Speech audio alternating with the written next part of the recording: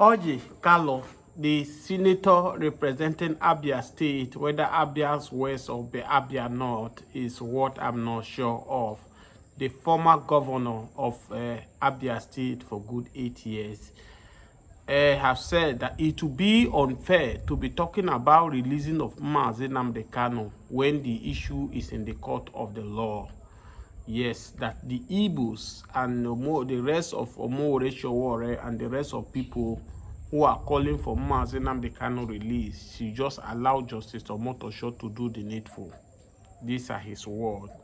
And you will recall that even if others of the Southeast leaders, like the governor, the senators, are pretending, at least they are speaking for Nnamdi Kanu to release, because many of them believe that the insecurity in the Southeast today, if Nnamdi Kanu is released, the insecurity will definitely come to an end in the Southeast. But here we have a senator from the same state which Nnamdi Kanu came from. He's telling the world that it will be unfair to call for Nnamdi Kanu release. After even witnessing how Bola Ahmed Tinubu, the president of Nigeria, give a pardon to over 70 people that have committed different atrocities. Some are drug barrel, some are the people who have killed one particular woman there who killed her husband and been sentenced to buy, and he set them free. But he is saying that it will be unfair for releasing Nnamdi Kanu. I will allow you people to watch the video so that it will not look as if I'm exaggerating or I'm saying what the honorable senator did not say. Now, before I will show you people that video, I want to show you people the video of Hausa man who have come in his wisdom, even despite begging Bola Ahmed Tinubu to release Nnamdi Kanu. He have said so many things that Bola Ahmed Tinubu have no choice rather than to release Nnamdi Kanu. I've said it time and time without number, and whenever I say this thing, many people will say, what am I saying? I don't know the reason why they are begging Bola Ahmed Tinubu to release Nnamdi Kanu. Right? I don't know the reason. Tonight, if you ask me, because the Nigeria government is supposed to beg Nnamdi Kanu for kidnapping him from Kenya. I'm not talking about the law, whether Nnamdi Kanu commit treason or not. It's not what I'm saying. I'm not a lawyer, and I'm not in the jurisdiction to say that. But what we are standing on, that Nnamdi Kanu was legally kidnapped from Kenya. Even the Kenya government have agreed to it that Kanu was picked from Kenya without their knowledge. Even up to today, as we speak today now, the private jet that was used to bring Nnamdi Kanu to Nigeria is still unknown to Nigeria, guys. So in all of this, I don't see the reason why they are begging the president to release Nnamdi Kanu. Let the will of the president, let it be done. Today, I'm very sure that anything they want to do to Nnamdi Kanu, let them do it to Nnamdi Kanu, right? We are watching. This is exactly how they cause insecurity in Nigeria.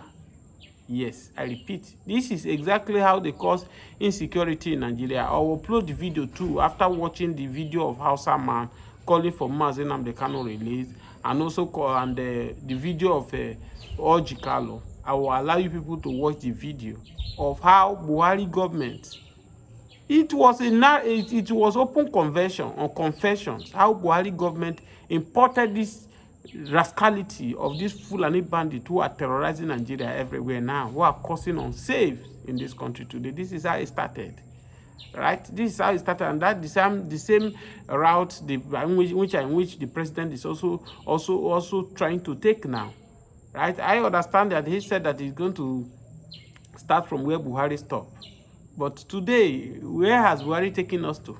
That we are now a country that you cannot go to your farm in peace to go and farm. The farmer can no longer access their farm, they are freed because of kidnapping. That you can no longer travel to your village to go and see your parents because of you are afraid if they kidnap you. Moving from Lagos to Abuja, if you don't have money to fly, to and fro, you rather sit because you cannot withstand of paying 15 million, 30 million for kidnapper if they eventually kidnap the person on the way. Is that a country? Certainly not. This is not the country our forefathers dream of. They want to have.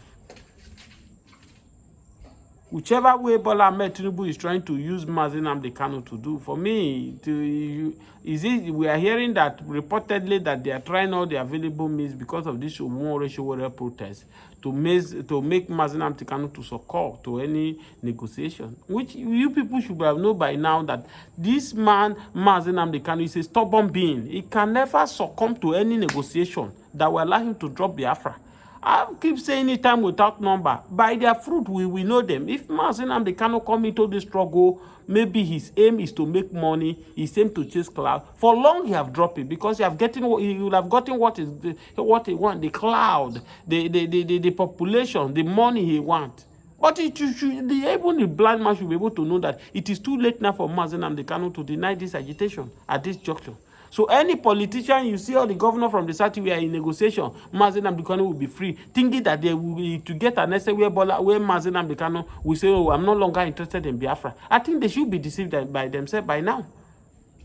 The young man has said it categorically that he is not ready to quit this thing. If you people cannot free me, it's my right to agitate for my people. The agitating is federal government should conduct a referendum for his people. If his people does not want to stay, they leave. If they don't want to, if majority of his people don't want to be in one Nigeria, let them. If they want, let them stay. And so Nnamdi Kanu has no any right to impose the Igbos to live in Nigeria to all of them. If referendum is conducted, if they want to go, let them go. Let the remaining of us remain. Watch this video of this Hausa man calling for Nnamdi Kanu, despite the senator from his state. He says it's unfair. And mind you, this is the same man that he also was in prison. How he came out today, it's only them that can say it. Whether he was not pardoned, we just see they leave him. Watch this video and share this video.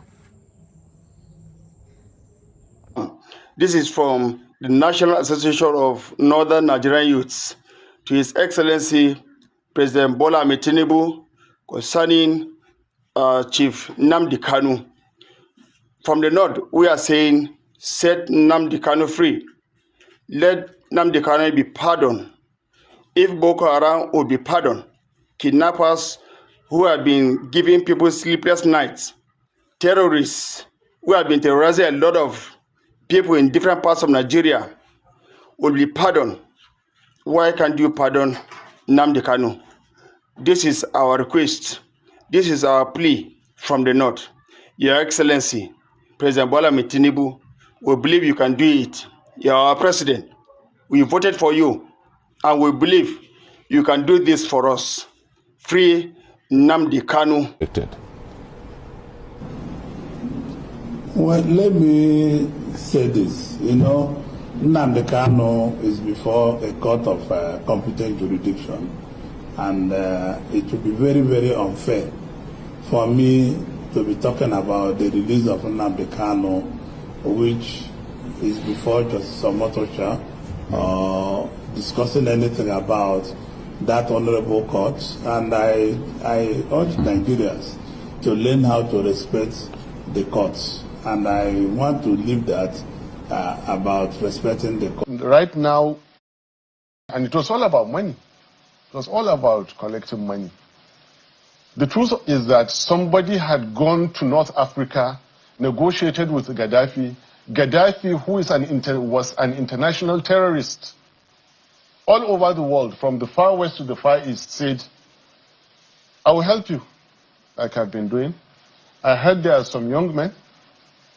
There are plans to kill Gaddafi, not in a palace coup, but through uprising. If it fails and you become president, I will retire to your country if you become president. If it doesn't fail, right now, he wanted to create a buffer. So he sent Saif al-Islam, go on YouTube and find out, to Niger with money, cash, millions of dollars in his boot, to recruit Tuaregs to go and fight in Libya. Sent his former general to Mali, why you still have insecurity in Mali. In Nigeria, they gave crazy amount of money to that gentleman. Go and help these people with the intention of bringing them to fight in Libya. When Gaddafi died, they sat on the money. They kept on with the recurrent until after mentioning the name, and then they stopped sending the money. They became, now, all these things are linked. They wanted Nigeria to burn if Buhari did not become president in 2015. I contested alongside Buhari for Senate. I contested for Senate in 2011. You have it on YouTube. He said, blood, soaked in blood, the baboon and the... Ever since he made that comment, I refused to go and campaign with Buhari. Refused completely. It didn't matter if I lost the Senate seat. I won it eventually. Insecurity for a former president to say, you soak in blood. And then there was, Kaduna is my state. There was serious violence in Kaduna. Many houses were burnt. Emir's houses in Ongwansariki, Demna Abba had their houses burnt and all that, simply because of a statement. They went and brought in people from those neighboring places in readiness to remove Jonathan by all means. So the desperation of people to get Jonathan out of power has built up and added to what we call insecurity in Nigeria today. So you're inferring that all what we have seen over the last few years as insecurity is orchestrated? Of course. And it's political? Of course. Last year around this time. This narrative. Last year around this time. Whatever I tell you, I'll try to give you evidence. Last year around this time, we were just negotiating the release of our own nephew. And when he came out, what he said is not much different from what Nasir El-Rufai is saying. They complained that, and this young man is alive. He could come here tomorrow and you interview him. He's alive now in Zaria. He's alive. That, look, they are not making much money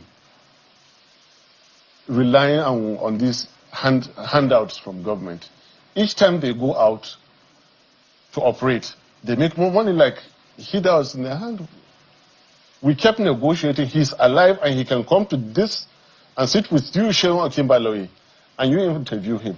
This is a fact.